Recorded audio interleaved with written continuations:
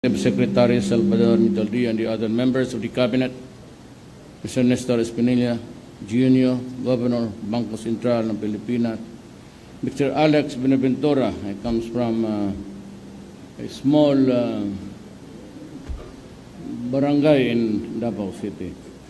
Mr. Renato, but he's a Tagalayan dyan, hindi ko.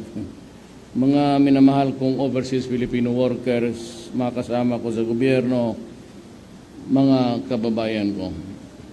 As usual, I have a two-page speech, but it would not be enough to pay tribute to a large segment of our society that almost responsible and a constant factor in our GDP. Mga kababayan ko, I made simple promises during the election.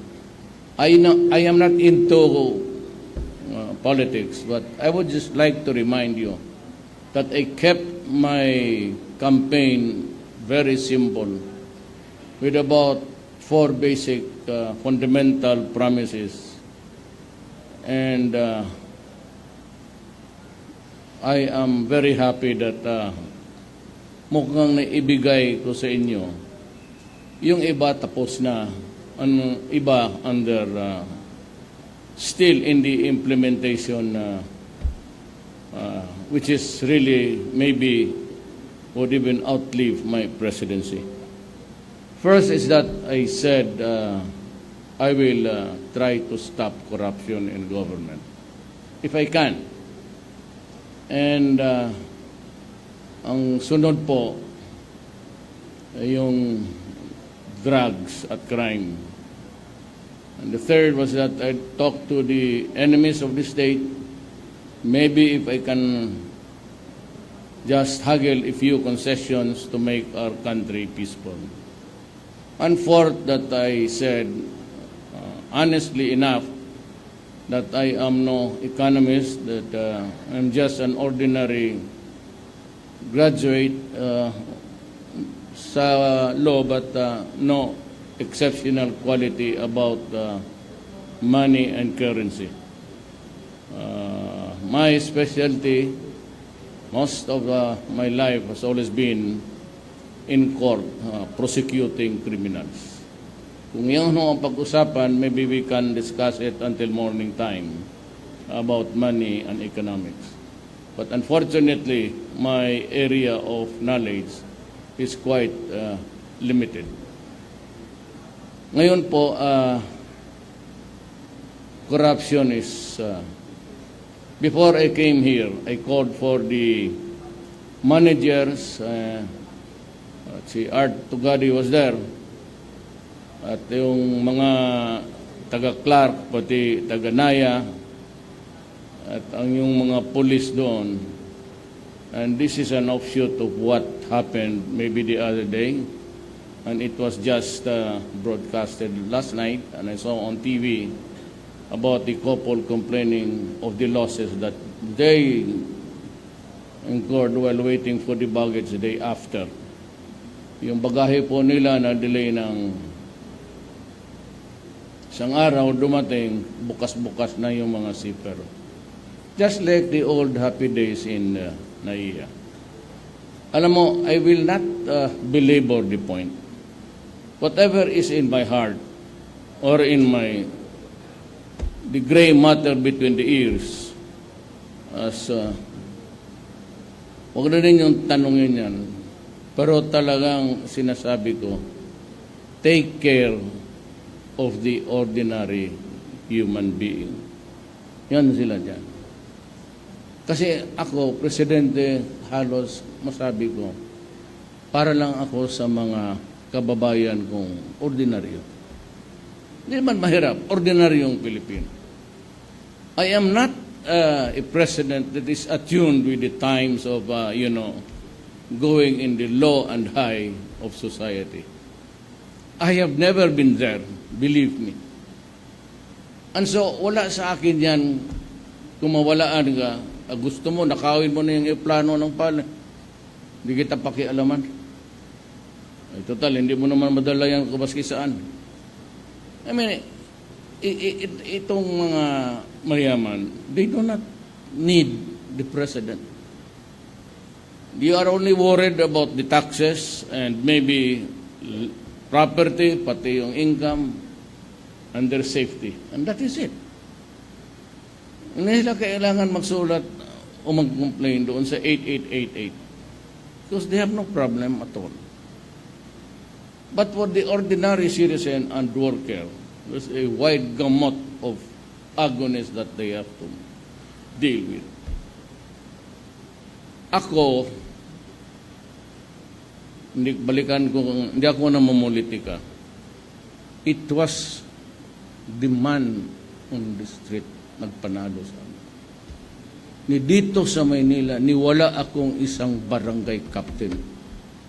And yet, nagwalop ako dito. And there was only one person who said at that time, you will win by a landslide in Manila. I did not believe him. If he's now with government, he's old. He used to be working in Malacanang. I do not have the permission to mention his name. Hindi ako umabot ng second, third, fourth. So I was able to convince myself that in balance, Mindanao started to compute. Sunny Dominguez was showing a whiteboard. Huwag kayong magtaka why he spent a fortune for me. Mukhang nasangla niya yung Marco Polo niya because we are neighbors at saka kababata talaga kami. All the other guys, walang mga taga Dasmariñas. Ito, Dulay and Belio were occupying a room in front of our room, ako pati si Yasay. Sa law school, Yasay was in Padre Paura, I was in San Beda, Dulay and Belio sa Ateneo. Puro kami anak ng mga mahirap. Mahirap in the sense that we could not afford an apartment o yung, hindi pa naman masyado uso yung condo noon. But they lived in a dormitory that was all noise and all silent most of the time. And hindi ako nagdadrama. Sinasabi ko lang, wala akong kilala. I have yet to meet the biggest of the financial world. And I do not interested. I'm not interested. I do not want to meet them. Kasi I have to talk in rhetorics but I do not want to change my language. You know, the problem with me is, ganito talaga. Hindi ko binatawan, I never shed off my character as mayor. Yun ang problema dyan, kasi nung presidente ako, ayaw ko na rin magbago. So yung putang ina ko doon sa Davao, putang ina rin yan dito, walang kaibahan. Ano na I say that? Talagang ganun eh. And too late to change. But anyway, sabi ko noon, you can bear with me for another 4 years, plus. Alam mo dito sa gobyerno, sinabi ko, huwag ninyong pakialaman ang ordinaryong tao. Kasi yun ang masa ko talaga. I have never met them anywhere. But kung makita ko sila, inuuna ko in this room, mabutit na lang. Siguro, I am sure of Pinaventura, Central Bank, kasi ang pamilya niya, sanit. Pero kayo, pero ang Cavite went for me. Pero ayun, sa likod mo na lang mag-umpisa. Kayo? Hindi ko sinasabi hindi kayo bumoto. Hindi niyo ko kilala. Saka ang narinig ninyo, yan, extrajudicial killing. But look at Davao now. I invested a lot. Lives, yes. You have to kill to make your city peaceful. Because the media, listen. To the Filipino people, makinig. May mga tao talagang buhayin mo. May mga tao talagang patayin mo. When you say ngayon magdebate tayo whether the vote with government forces or not, because kayong mga human rights, you will not bother to listen, so I not bother to explain to you. Yung makinig lang. In my 23 years as mayor, sabi ko 600 meron. Pero I assure you ngayon, it was all legit. I never ordered the killing of anybody kneeling in front of me. I never harmed anybody, even the toughest idiot na criminal, with his hands outstretched. I never do that because hindi ako lalaki pagka ganun ang gawin ko. But kung sabihin mo, hindi kita patawarin, ayun. The rule is, you ask forgiveness, but never a permission. Sabi nga sa libro. There's a book that says, you ask forgiveness after. But I will never ask permission. Yung mga taga-Maynila na himagol sa ano ko, sinabi ko huminto kayo ayang huminto. Pasensya. Ngayon, kanina, tinawag ko sila. Sinabi ko sa manager ng dalawa, in front of together, I said, a similar in one more incident, and all of you will go. Look for another job. Be sure na walang zipper mabukas dyan. At sinabi ko kay Sid, the Premier, also a trusted friend of mine. Not because he's from Davao. Alam mo bakit halos lahat Ilocano ang... Kasi ganito yan. Noong estudyante pa ako, pasabak na ako ng mga barkada, the likes of Bebot, Billy Dulay. Yan sa mga dormitory. Kilala ko ang integrity ng mga tao na yan. Minsan kaming mahirap, Holy Week, hindi kami makauwi kasi magasto. So we are left in a compound sa YMCA na total, aminin ko, matagal naman yun, nag-prescribe na ang crime. Wala kaming makain, sirado yung restaurant. So ninakaw namin yung PX doon. Mga sigarilyo namin, mga Virginia Slims, Chesterfield, Salem. Sabi ko na, halika na. Sabi ko, Bill, ikaw mag-akyat. Sabi niya, address po tayo na, hindi ako pwede dyan. Sabi niya, noon pa ka, huwag mo akong isali. Sige sabihin, sa kainan, kasama na siya. Kung nakawan, si Bilyo talaga yung mahilig sa mag-ganon ng lock. Survival yun Holy Week, wala kang makain. Anong kainin namin? Damo dyan sa YMCA noon? That's what dormitory beside the City Hall sa Arosero.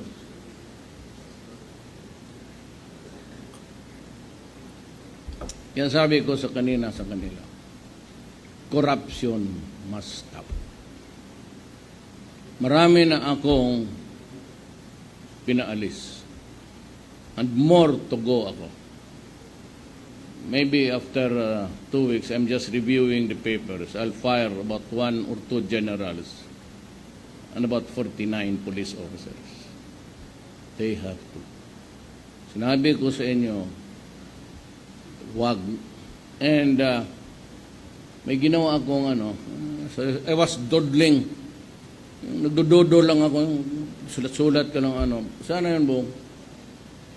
Can somebody get the... Pero yung picture naman na ginuha ng tong staff ko, para akong si Arapat na tumanda na ng gusto. And I said, to the police the other day kasi nag-donate ang JICA, Japan, 26 Monteros. Biro mo ang pulis sa Davao naka-SUV. Ang mayor, ako hanggang ngayon, pick up lang. Sa totoo lang. Kayong taga Davao, alam ninyo yan.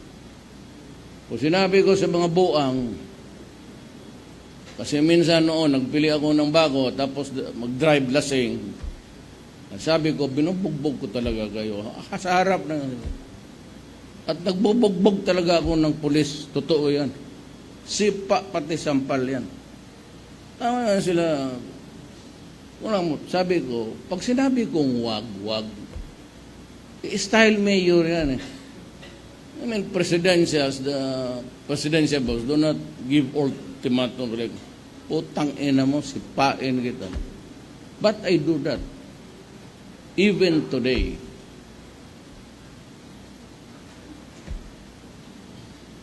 Undersecretary that I fired, gusto kong tadyakan sa mukha niya sa...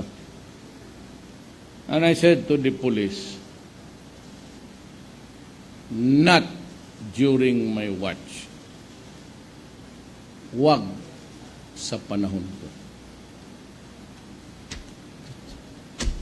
Yan lang.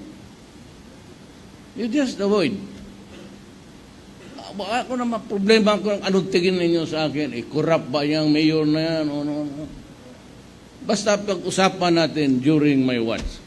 I don't care if you have the doubts. I don't care if you have tanong-tanong na lang kayo. But look at Davao now. You go around. Walang problema. Get a permit, 3 days. Yung mga simple na ganon. Now, sundin ninyo yan. Even directors. I'll tell you what. Bakit military karamihan ang cabinet members ko? Kasi ang military, yung mga retired, pag sinabi mong gawin mo yan, gagawin yan. Pag sinabi mong gawin yan, huwag kang maghingi ni piso, susunod yan. Itong bureaucracy ay no particular agency or department. Early on sa employment nila, civil service, eligibility, grade 1 or whatever, masteral, they fight it out. Pero pagdating nga sa yung position supervising or assistant, ganon, iba na ang istorya. Kasi alam nila, ang director is really a political position. Kaya tamad-tamara na yan, wala na sa opisina, maglabas ng hapon, yung mga sakit ng director.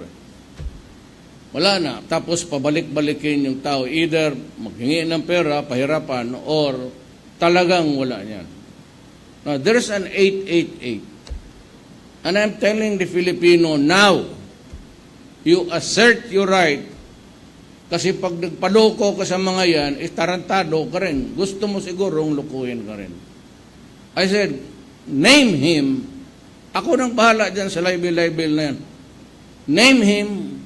Alamin nyo, ito si director, wala sa opisina, 3 araw na ako magbalik. Then I will call for you. Sa Malacanang or my office, what? Then usually, I listen. And sabi ko, Adreo, just go. I'm not satisfied with your reason. You go. Huwag ka na lang tayo dyan sa due process. You make it messy for me. Either umalis ka o ihulog kita dyan sa hagdanan. Mamili ka. Huwag na due process, tapos bulad, you use the law for... Pag ginawa mo, aminin mo na, diretso ka na. Hindi ako nagpapadrama. I am no longer qualified for any position in government. Not even a barangay kagawad. So, no more challenges to meet. No more mountains to climb. And even in politics, hindi ako nakikialam. Sinabi ko lang, I'm warning you, whatever it is, you have to give concessions. Ang gusto ng muro, sort of a severe form of decentralization. Sila Misware came up with the idea because it was proposed to them not by me, nung Kores panahon pa, and they have been hankering on a republic with a setup of the federal. Hindi akin yan. Those were promises made to the Moro all this year. Ako lang kasi nakikita ko with the rise of ISIS, it becomes doubly troubling for us now. Because while they remain faithful to the talk, si Murad, Jakiri, pati si Noor says that he will listen to me. So salamat Noor if you are listening. I hope that I can deliver. But the final decision will have to be made by the people of the Republic of the Philippines. But I am urging everybody to understand, it's about time that the historical injustice committed to them also corrected. Because sa panahon na ito, kung walang mangyari nito sa BBL ngayon, or we change the Constitution, or do not change the Constitution at all, there will be war in Mindanao. I can assure you, mamili kayo. Hindi ko na makontrol yan. And at this time, sabi ko, it would be a double whammy because my enemy would be their friends. And what would that be? It's the ISIS. They have lost the mass base there, the land base in the Middle East, just scattered everywhere. And they can be. I was the first to alarm them during the first command conference. And nobody was talking about it, and I said at the end, there in the horizon looms the dark clouds.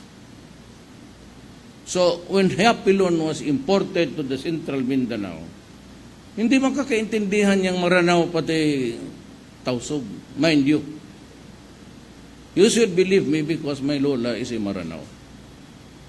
But itong ganito, when Hapilon was imported there, tapos yung mga pinsan ko na mismo, sinasabi ko sa mga military aid ko, tumatawag na there's a build-up of arms. Hindi nagkulang ang AFP. Nagkulang kami sa calculation kung gaano karami yung balat. Over the years, nag-stock sila sa underground. But ang firearm kalay visible. Every Moro would always have a gun in his house. Not for anything, but it is part of the culture. Yun ang... So, kayo. Ayaw ng Congress. Some say that it would be a trip to hell. Well, ako, hindi ako makialam. Kung ano lang gusto ninyo, sige. Pero pagdating ng panahon, Padre, putang ina, tapos na tayo nag-uusap nito. Sinabi ko na sa inyo. No, the only way is now is to save the Republic. So we'll have to go to war again. And this time, maybe on a bigger scale. Losses, it will include civilians. As a matter of fact, most of these casualties will be civilians. Yan lang, hindi ko tinatakot ang tao. Alam na kaming taga Mindanao, alam nila. Secretary Mamao, si Maranao, medyo ano kami, kasi Maranao rin ito eh. So, he's in the cabinet, but he advises me. Kami ang pigil-pigil lang. We talk to them, we plead, we beg na pag-usapan lang natin to. Pero hindi namin, we cannot play God. So there has to be a time of reckoning for this. When? I do not know. So yan ang sa corruption. Wala talaga akong patawad yan. particularly the police. I'm warning you. Lalo na yan nasa droga. Maybe I could forgive you kung maghila ka dyan ng smuggling dyan sa South Tarba. Nasa droga ka. Kung police ka, number 1 ka sa listahan. Mamatay ka? Maybe. Wala akong guarantee dyan sa inyo. Very dangerous to tread. You know why?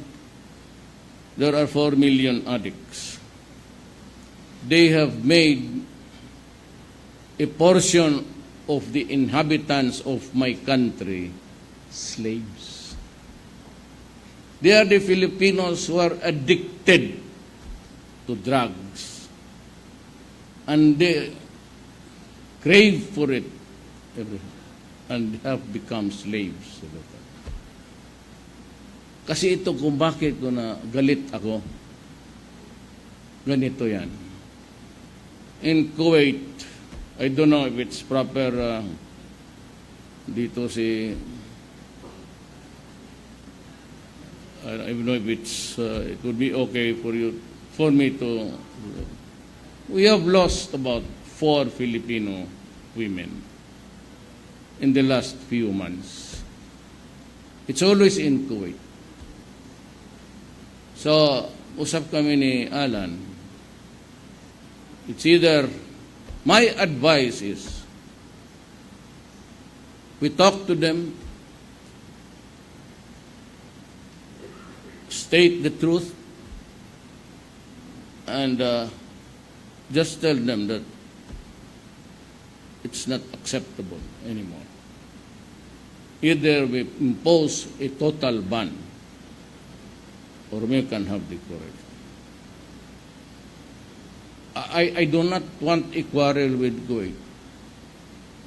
I respect their leaders, but they have to do something about this.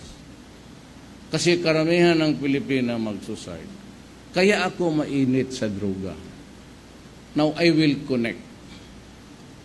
Itong mga to, they claim abuse sexually and all.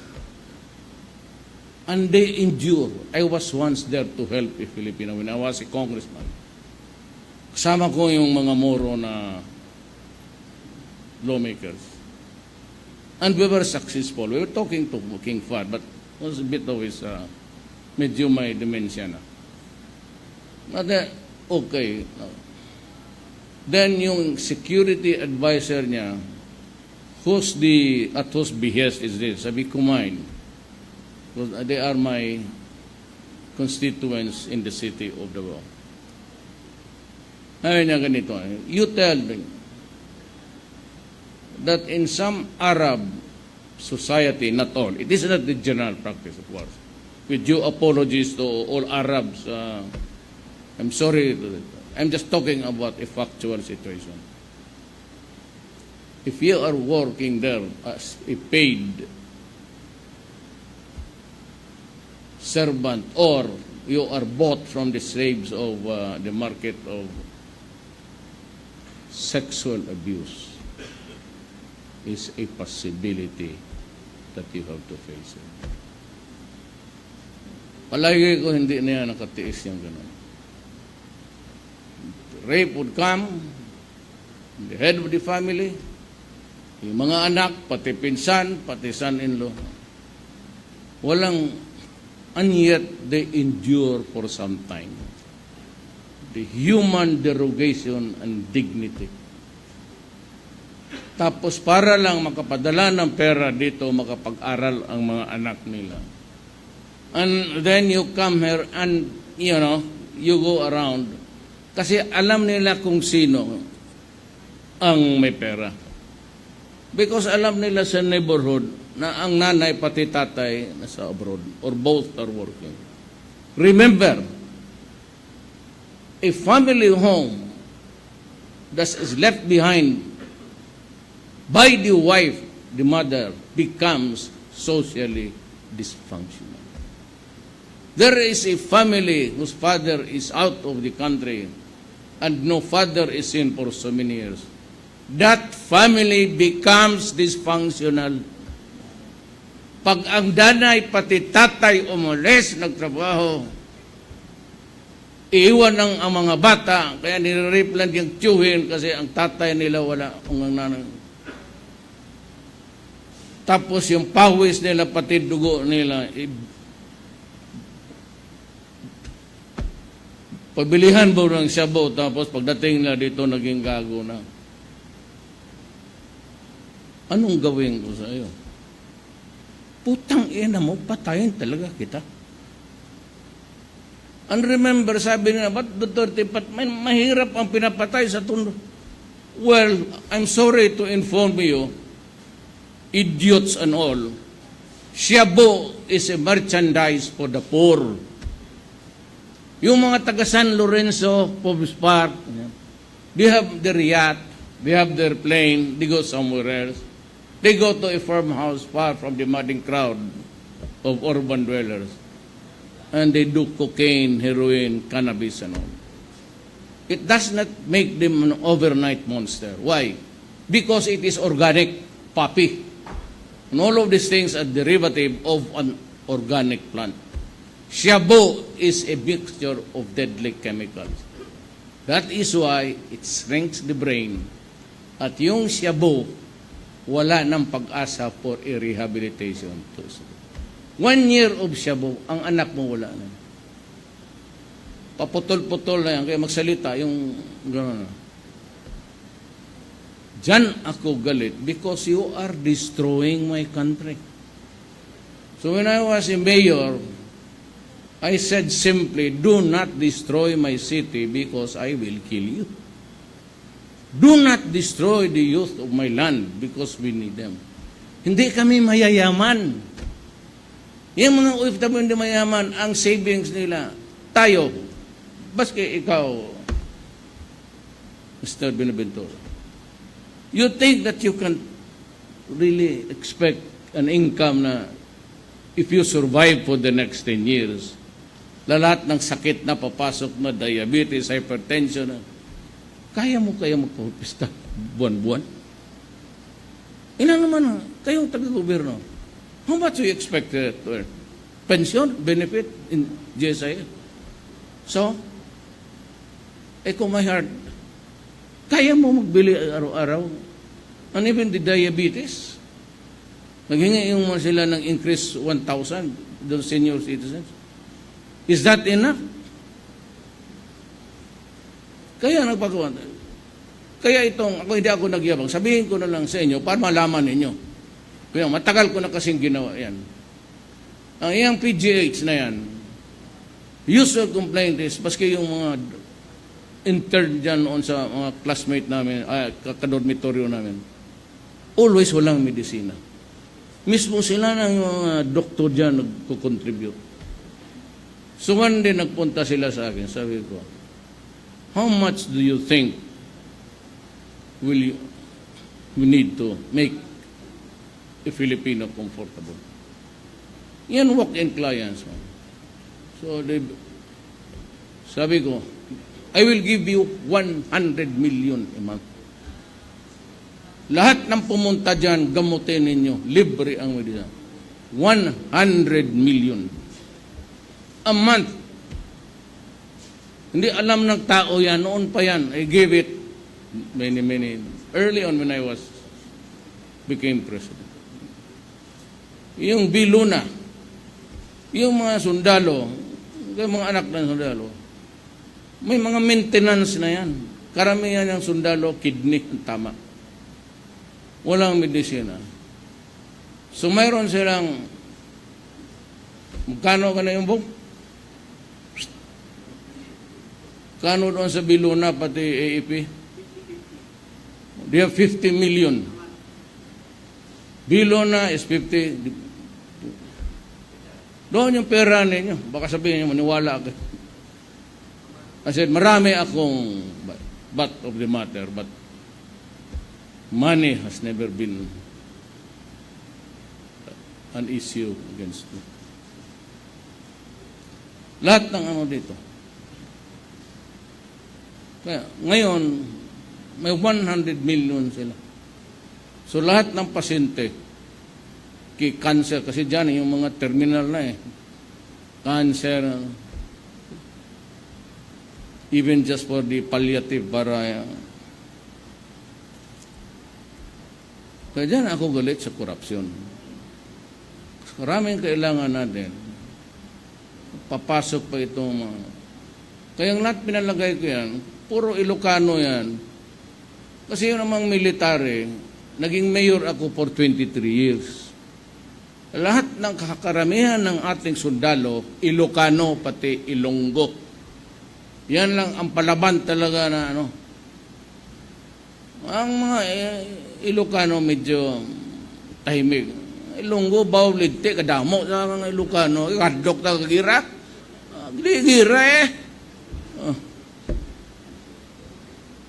So, mayroon sila mga matanda nila. 50 minutes. Hindi na nila maubos yan. So, lahat ng medisina nila, at saka yung galing Marawi wounded, I gave him 500 million for the interventions after the hospital. Saka yung mga prosthetics nila, titanium. But I take care of my soldiers. Because sila, that's the reason why, huwag kayong dinoble ko na ka during the campaign. Kagaya nito, I will set up a bank for you. Para wala na masyadong charges, then you can own the bank someday. This is one of the promises there. Second, itong military pati police. Sabi ko, I will double your salary. Mabutit na lang natuloy. It was a campaign promise and it was realized. Kung isipin mo nangyari yung Marawi, tapos sabihin ko sa mga kanila, o sige, bigyan ko kayo ng, anong sabihin? Utang inang Duterte na to, kung hindi tayo mamatay dito, hindi tayo, kaya dublado ka agad. O, yung 15. Kita mo si Dilu. She si police lieutenant from Bagbil. Kababayan mo yan. Nakikita mo yan.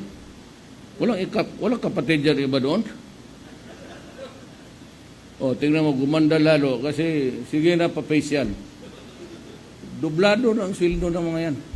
Dublado talaga si dublado. Malaking tulong yan. You know why? Sabi ko sa kanila, ibigay ko sa inyo yung lahat ng kampo. Umalis kayo dyan, pero inyo na yan. Parintahan ninyo, 50, 100 years. Maraming take. 100 years is a lifetime, even 50. Yung kita niyan, ibigay ko sa inyo. Hindi na, nung panahon ni Ramos, hindi naman, panahon ni Ramos, hindi naman tuloy yung modernization kaagad. They were expecting so much. They thought that it was a windfall actually. But dito, idiretso ko na sa kanila. Sabi ni Sunny Dominguez, no. Ito yan siyang sinuno. No. Basta pera na ang pag-usapan. Okay, hindi niya alam, pagpausap siya nga, nandiyan na si Mr. No. Well, sana may pera. No. Si Jok, no, isa pa yan. Kaya ubos na lang ang buhok sa kagaganon. Yan dalawa ang kontrabida dyan kasi, you must realize, mga politiko kami, even bot. Yung pagganon sa tao, maski na wala ng election, kasi alam namin ang problema. We have stared at it eyeball to eyeball. Sige, tulungan. Ito ay, no. Sabi ko na ibigay ko ang pera sa AAP. Sabi na, no. Man, he should know. Kasi ang father-in-law niya was a military guy, Air Force. Yung Andros Air Base, kasi yung ngalan sa father-in-law niya. So, alam nito, kapag sabi ko, ibigay ko, wala akong sinasabi, ha? Sabi ko, ibigay ko na sa, no. Gumawa tayo ng mini GSIS. financial institution only for the military and police. Yun ang mag-manage ng pera. Kasi pag sabi ko, ibigay na ko na yung pera, inyo na, buwan-buwan, bahala na kayo, gastos eh. No. No. Ay, hindi mo ko masisi. Ay, father-in-law is a military man. Alam niya eh. So yung drugs, hindi talaga matatapos yan. To the very last day. Pero naman itong, grabe na itong mga human rights. Itong mga,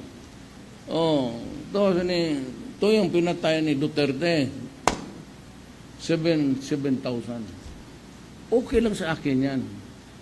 Pero, turn the page. Because sabi nyo, it's a social problem. May mga ulol naman, it is an health issue. Oh God, if it is a health issue, if it is a social problem, baliktarin mo. Why was it start? What is being done? Where is the most contaminated area? How do we deal with it? Kung punta lang dito itong mga human rights, sabihin na itong mga, alam mo na, ito yung pinatay ni Duterte. Ito sobra man, may isa 10,000. Kung totoo yung 10,000 na bilyonaryo na lahat yung punerarya ng Pilipinas, karami dyan. Magkolekta ka lang ng 2,000 dyan sa... So, okay masabihin na pinatay. You cannot enforce the law without. At saka para yan sa mahirap. Sila yan eh. So, yung mahihirap, hindi na alam, galit kayo sa akin, kayo yan. And I'm trying to save your skin. Kaya nandyan ako, kung wala ako, nagkalit-silit. Hindi ninyo alam gaano kalala ang problema hanggang hindi ako na presidente. Hindi ninyo alam na mga police generals nandyan sa droga kung hindi ako na presidente. Hindi ninyo alam na police ng Manila. Hindi naman lahat. So the fact that it was heavily contaminated speaks volumes of the suffering of the Filipinos. Kaya lang ang simple. If that is the only achievement that I can, wala naman ako, I did not promise you anything. Sabi ko siya, bubo ako. So sabi ko si Sane, bright ka. Kasi kindergarten pa kami, valedictorian na yan. So hanggang nagpunta ng States, nagwarto ng kabasan o Columbia. Humble ka masyado.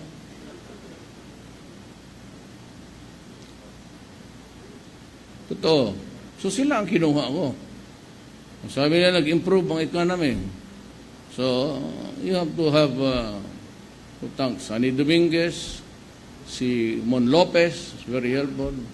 Of course, our foreign secretary is here. Mr. President, can you stand up to show them your new haircut?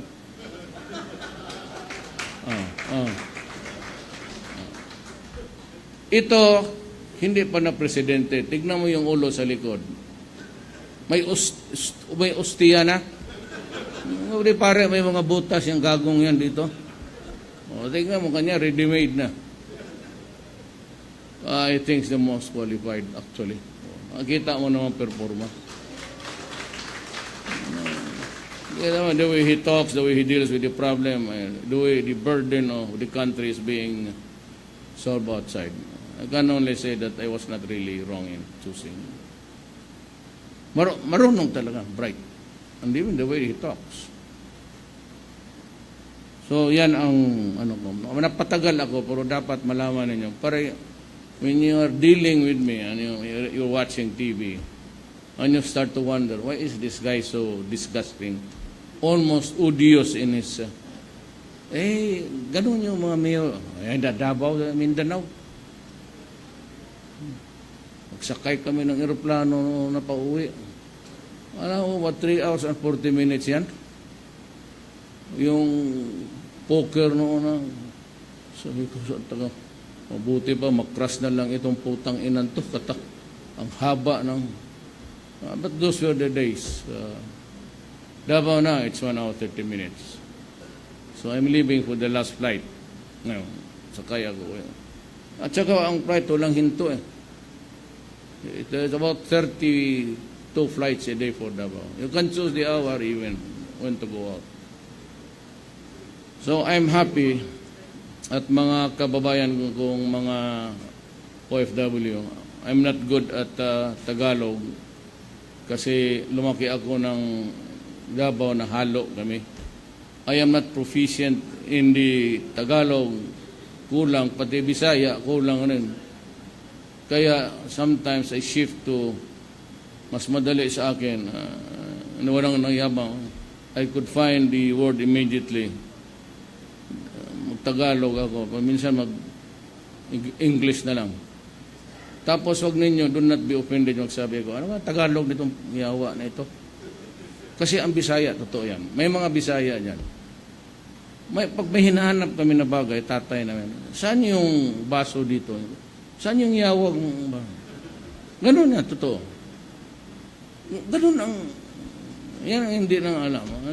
And the elite here would want me to go down or to go up to their level or go down. So I choose to go down and just to do you what I am. But sa tulong, sabi ko, I am very thankful to you guys. Bebot, ito, walang medyas hanggang ngayon, anak ng ito. Hindi mo lang medyas yan. Hindi pa uso yan noon. Paano, taga Isabela lang. Gabukid lang. Dulay, malaki yung pa kasi bagyo, paakyat, pababa. Anyway, I'll not tarry. Salamat po sa effort to all my... Kaya I just issued an order to Bato last night. Sabi ko, Bato, maglagay ka sa casino prohibiting all workers of government from entering. May PD niyan eh. There's a law. At that time, it was a law. It's still the law. It's never modified or repealed. Sabi pa niya ba ito? Lagyan mo dyan, all government employees. Sabi ni Bato, tarito, yung official, sir. Putang yan, official, lecheng mga yan.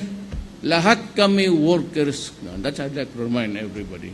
We are all workers of government. And we serve the people. Kaya hindi ako sanay niyang Malacanang, lalo na palas. Diyan ang mumo diyan baski alas 10 ng madaling araw o alas 10 ng umaga. Naglalakad na sa harap mo. Yung isa, nauyab na siguro ni yung babae diyan na lumalakad na may minsan nakaupo. Pero palagay ko, kasi si Mejalde, matagal umuwi, sabi ko, konektahan ang multo. Nakatikim na ito ng mga gandang multo siguro. Yun lang po ang message ko. Very simple man. Not so good to hear, but at the very least, it comes from the heart. So maraming salamat. At mabuhay ho kayong lahat. Thank you very much, President Rodrigo Roa Duterte. May we request you, sir, to please remain on stage. As you will be joined by Executive Secretary Medial Diaz, Secretary Cayetano, Secretary Dominguez, Secretary Bello, OF Bank Chairman Buenaventura, and OFP President Eje.